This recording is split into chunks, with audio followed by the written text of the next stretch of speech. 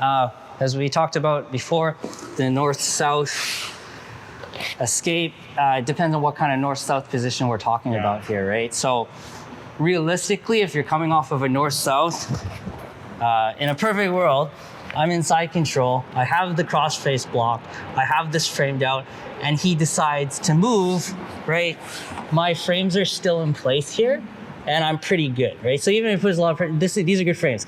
And all I'm really looking to do is I'm bringing my knees to where my elbows are, and then I can frame and step back, right? This is assuming you've done everything right. So the different type of side control, or north-south is, if Owen has beat all this and I have no frames, and he's down on here, like this is quite a different scenario. It can be 2 hands over or over, it doesn't really matter, right? So a different scenario. Back up for a second. If you get there, it's the same as if you have the side control and you're super cross-faced and bent out of shape, right? It's a different scenario. But in the event that he does do this, what we're pretty much gonna do is frame at the hip.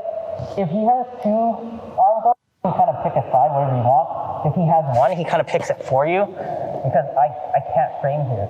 And all we're gonna do is I'm gonna frame at the hip.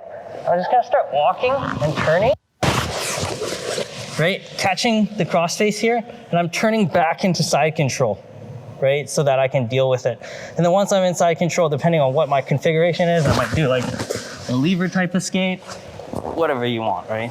But you're framing at the hip and transitioning back out, which may seem counterintuitive or counterproductive because you're going into, but it changes the problem, right? So you're in a different position.